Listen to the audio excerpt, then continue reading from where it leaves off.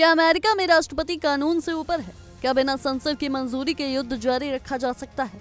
और क्या cease fire सच में 60 दिन की कानूनी डेडलाइन को रोक सकता है, या ये सिर्फ एक रणनीतिक बहाना है?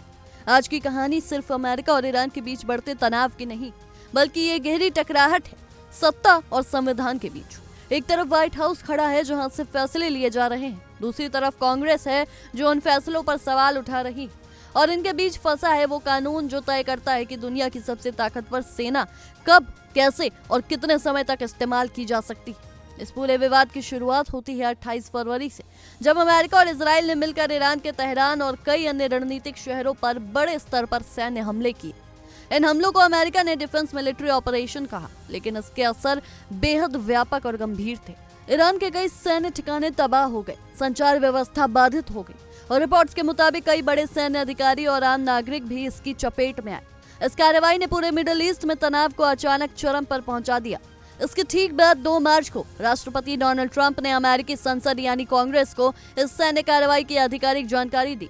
ये कदम औपचारिक रूप से जरूरी था, क्योंकि यहीं से एक कानूनी प्रक्रिया शुरू होती है, एक ऐसी समय सीमा जो राष्ट्रपति की सैन्य शक्तियों को सीमित करती है। अमेरिका में एक बेहद महत्वपूर्ण कानून है, वॉर पावर्स रेजोल्यूशन। ये कानून 1973 में वियतनाम युद्ध के बाद बनाया गया था, जब ये महसूस किया गया कि राष्ट्रपति के पास बहुत ज्यादा सैन्य शक्ति केंद्रित हो गई है। इस कानून का उद्देश्य था राष्ट्रपति और कांग्रेस के बीच संतुलन बनाए रखना।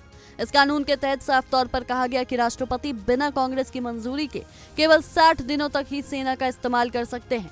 अगर 60 दिनों के भीतर कांग्रेस से औपचारिक मंजूरी नहीं मिलती तो राष्ट्रपति को सैन्य कार्रवाई रोकनी होगी। इसका मतलब साफ है, अमेरिका में युद्ध का अंतिम फैसला सिर्फ एक व्यक्ति नहीं बल्कि लोकतांत्रिक प्रक्रिया के जरिए होना चाहिए। जब 2 मार्च को कांग्रेस को सूचना दी गई तो उसी दिन से 60 दिन की घड़ी शुरू हो गई। इसका सीधा अर्थ था कि 1 मई तक ट्रंप प्रशासन को कांग्रेस के सामने प्रस्ताव लाकर युद्ध जारी रखने की अनुमति लेनी होगी। जैसे जैसे 1 मई करीब आया, राजनीतिक हलचल तेज हो गई, और जब 1 मई आखिरकार आ ही गया तो सबको चौंकाते हुए ट्रंप प्रशासन ने कांग्रेस में कोई प्रस्ताव पेश ही नहीं किया। अब सरकार की तरफ से जो तर्क दिया गया वो और भी ज्यादा हैरान करने वाला था। व्हाइट हाउस ने कहा अमेरिका ईरान के साथ युद्ध में है ही नहीं।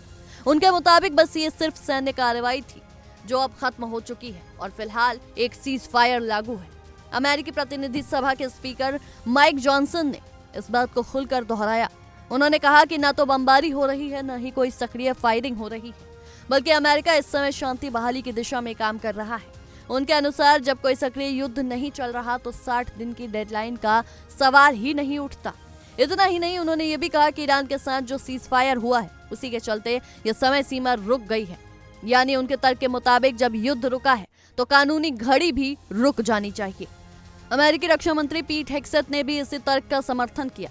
हालांकि उन्होंने ये जरूर जोड़ा कि इस पर अंतिम निर्णय व्हाइट हाउस के स्तर पर ही लिया जाएगा, जिससे ये साफ हो गया कि मामला सिर्फ सैन्य नहीं बल्कि पूरी तरह राजनीतिक और संवैधानिक बन चुका है।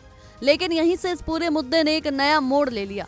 डेमोक्रेटिक पार्टी के नेताओं ने इस दलील को सिरे से खारिज कर दिया। उनका कहना है कि कानून में कहीं भी ये नहीं लिखा कि सीज फायर होने पर 60 दिन की समय सीमा रुक सकती है। सीनेटर टिम केन ने बेहद सख्त शब्दों में कहा कि 60 दिन का मतलब 60 दिन ही होता है, चाहे युद्ध जारी हो, रुका हो या किसी भी स्थिति में हो। अगर राष्ट्रपति ने सेना का इस्तेमाल किया है तो उन्हें तय समय के भीतर कांग्रेस से मंजूरी लेनी ही होगी। उनका कहना है कि अगर इस तरह की व्याख्या को मान लिया गया तो कोई भी राष्ट्रपति तकनीकी बहानों के जरिए कानून को दरकिनार कर सकता है, जो लोकतंत्र के लिए बेहद खतरनाक संकेत होगा। वहीं सेनेटर एडम चिफ ने इस पूरे मुद्दे को और गंभीर बना दिया। उन्होंने दावा किया कि इन 2 महीनों के दौरान 13 अमेरिकी सैनिकों की जान जा चुकी है और अरबों डॉलर का खर्च हो चुका है। ऐसे में ये कहना कि कोई युद्ध नहीं चल रहा है उनके अनुसार न सिर्फ गलत है बल्कि भ्रामक भी है। अब सबसे बड़ा सवाल ये उठता है कि अगर सरकार को अपने कदमों पर इतना भरोसा है तो फिर कांग्रेस में प्रस्ताव पेश करने से क्यों बचा जा रहा है? राजनीतिक विश्लेषकों के मुताबिक इसके पीछे सबसे बड़ा कारण है हार का डर। अगर प्रस्ताव कांग्रेस में जाता है और उसे मंजूरी नहीं मिलती तो ट्रंप प्रशासन को मजबूरन सैन्य कार्रवाई रोकनी पड़ेगी। दूसरा कारण है राजनीतिक जोखिम। चुनावी माहौल में अगर ये मुद्दा उभरता है कि राष्ट्रपति बिना अनुमति के युद्ध चला रहे हैं तो उनकी छवि को नुकसान पहुंच सकता है। तीसरा और सबसे महत्वपूर्ण कारण है सत्ता का संतुलन। अगर हर बार राष्ट्रपति को कांग्रेस के सामने झुकना पड़े तो उनकी स्वतंत्रता सीमित हो जाती है। इसलिए इस बार शायद ट्रंप प्रशासन ने सीधा रास्ता छोड़कर एक कानूनी व्याख्या का सहारा लिया है। अब आगे क्या होगा ये पूरी तरह साफ नहीं है। अगर कांग्रेस इस मुद्दे पर कोई प्रस्ताव लाती है तो उसे पास कराना आसान नहीं होगा, क्योंकि राजनीतिक विभाजन गहरा है। अगर प्रस्ताव पास हो भी जाता है तो राष्ट्रपति के पास उसे वीटो करने का अधिकार है, और अगर मामला अदालत तक पहुंचता है तो ये अमेरिका के इतिहास के सबसे बड़े संवैधानिक मामलों में से एक बन सकता है। यानी हालात ऐसे हैं कि हर रास्ता टकराव की ओर जाता दिख रहा है, चाहे वो राजनीति का हो, कानून का हो या फिर सत्ता संतुलन का। अब असली सवाल यह है कि क्या अमेरिका वास्तव में युद्ध में है, या फिर ये शब्दों और परिभाषाओं का एक ऐसा खेल बन चुका है जिसमें सच्चाई कहीं पीछे छूट गई है। क्या सीजफायर एक वास्तविक शांति का संकेत है, या फिर एक कानूनी ढाल जिसका इस्तेमाल सिर्फ समय खरीदने के लिए किया जा रहा है? यह सवाल सिर्फ अमेरिका के अंदर की राजनीति तक सीमित नहीं है, इसका असर पूरी दुनिया पर पड़ सकता है, क्योंकि जब दुनिया की सबसे बड़ी ताकत अपने ही कानूनों को लेकर उलझ जाती है तो वैश्विक स्थिरता पर भी इसका सीधा प्रभाव पड़ता है। कहानी अभी खत्म नहीं हुई है। असली जंग अब मैदान में नहीं बल्कि संसद, अदालत और सत्ता के गलियारों में लड़ी जा रही है। और अंत में वही सवाल जो हर किसी के मन में गूंज रहा है। 60 दिन की डेडलाइन खत्म हो चुकी है, लेकिन क्या कानून जीत पाएगा, या फिर ताकत एक बार फिर सब पर भारी पड़ जाएगा? बहरहाल इस मुद्दे पर देखिए हमारे सहयोगी विवेक शांडिल्य के खास शो वर्ल्ड नाउ की ये खास पेशकश। होर्मुज के मुहाने पर बारूद की कंध के बीच कुछ ऐसा पकड़ा है जो दुनिया का भूगोल भी बदल सकता है और ग्लोबल वर्ल्ड ऑर्डर को भी चेंज कर सकता है। पिछले 72 घंटों में जो हुआ है, जहां तक मैं देख पा रहा हूं, यह महज इत्तेफाक नहीं हो सकता है और यह कहानी आपको कोई और नहीं बताएगा। गौर कीजिए, ईरानी विदेश मंत्री अरागची रूस जाते हैं, पुतिन से मुलाकात करते हैं। ठीक इसके बाद 2 दिन के बाद पुतिन ट्रंप को फोन मिलाते हैं और 90 मिनट तक सीक्रेट चर्चा होती है। एक तरफ पुतिन जो ईरान के सबसे खास दोस्त, सबसे बड़े रक्षक, और दूसरी तरफ ट्रंप और पुतिन की पर्सनल केमिस्ट्री जग जाहिर है। ट्रंप खुद को डील मेकर बताते रहे। पुतिन जानते हैं कि होर्मुज में लगी आग को बुझाने का रास्ता मॉस्को से ही निकलेगा। इसके बाद असली धमाका होता है 30 अप्रैल को, जिसे सस्पेंस और गहरा जाता है।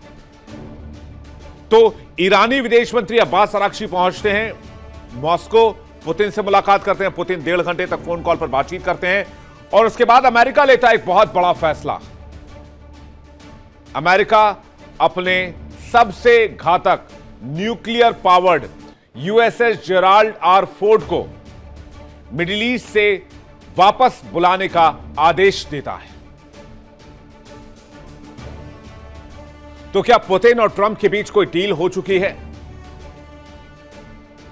क्या मिडिल ईस्ट की जंग समाप्त हो चुकी है? क्या पर्दे के पीछे कुछ और कहानी लिख दी गई है? क्या डोनाल्ड ट्रंप ने ईरान को लेकर कोई आश्वासन दिया, या पुतिन ने ईरान को लेकर कोई आश्वासन दिया है जिसे होर्मुज में तनाव कम हो सके? यूएसएस जेराल्ड आर फोर्ड की वापसी इस बात का संकेत है कि कोई ना कोई बहुत बड़ी डील हो गई है और युद्ध खात्मे की तरफ जा रहा है, या फिर किसी बहुत बड़ी चाल के बिसात है। दुनिया की नजरें होर्मुज की लहरों पर नहीं, ट्रंप की अगली चाल पर है, पुतिन की अगली रणनीति पर है और तेहरान के अगले तांडव पर है। तो क्या कनेक्शंस हैं इन 3 डॉट्स के बीच? आज इसी पर चर्चा। इस खबर की तह तक जाएंगे, जानेंगे इस खबर को कंप्लीटली। डोनाल्ड ट्रंप और रूसी राष्ट्रपति पुतिन की 90 मिनट की बातचीत के बाद एक खबर आती है जो सबको चौंका जाती है। USS Gerald R Ford aircraft carrier की मिडिल ईस्ट से वापसी, लाल सागर से वापसी, अगर स्पेसिफिकली मिडिल ईस्ट ना भी कहें। और ऐसा तब होता है जब मॉस्को और वॉशिंगटन के बीच 90 मिनट की फोन कॉल की बातचीत होती है, जिसमें किसी सीक्रेट डील पर चर्चा होती है। पॉइंट बाय पॉइंट अगर इस खबर को देखेंगे तो सबसे पहले ईरानी विदेश मंत्री अब्बास अरागची रशिया का दौरा करते हैं, मॉस्को का दौरा करते हैं, पुतिन से मुलाकात करते हैं, रूसी नेताओं से, अधिकारियों से मुलाकात करते हैं। इसके बाद पुतिन और डोनाल्ड ट्रंप में 1.5 घंटे की बातचीत होती है। खबर यह आती है लाल सागर से कि यूएसएस जेराल्ड आर फोर्ड पश्चिमी एशिया से वापस होकर वर्जीनिया के पोर्ट पर लौट रहा है। और ये यूएसएस जेराल्ड आर फोर्ड कोई आम जहाज नहीं है, न्यूक्लियर पावर्ड एयरक्राफ्ट कैरियर है। इसकी तस्वीर आप देख लीजिए। 90 से ज्यादा एयरक्राफ्ट कैरियर तैनात रहते हैं, जिसमें F-35 और F-18 super hornet fighter jet तक शामिल है। इसके अलावा अटैक हेलीकॉप्टर भी इस पर तैनात रहते हैं। तो क्या हो रहा है होर्मुज तनाव के बीच? क्या पक रहा है? क्या अंदेशा लग रहा है? चलिए जानते हैं। 27 अप्रैल पुतिन और अरागची की मुलाकात। 29 अप्रैल पुतिन और ट्रंप की फोन पर बातचीत।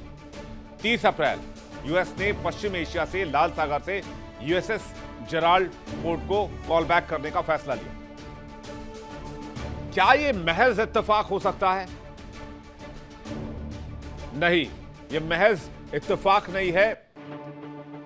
या तो जंग खत्म हो चुकी है, अमेरिका सरेंडर कर चुका है, या फिर अब एक फाइनल स्ट्राइक की कॉल ले रहा है अमेरिका।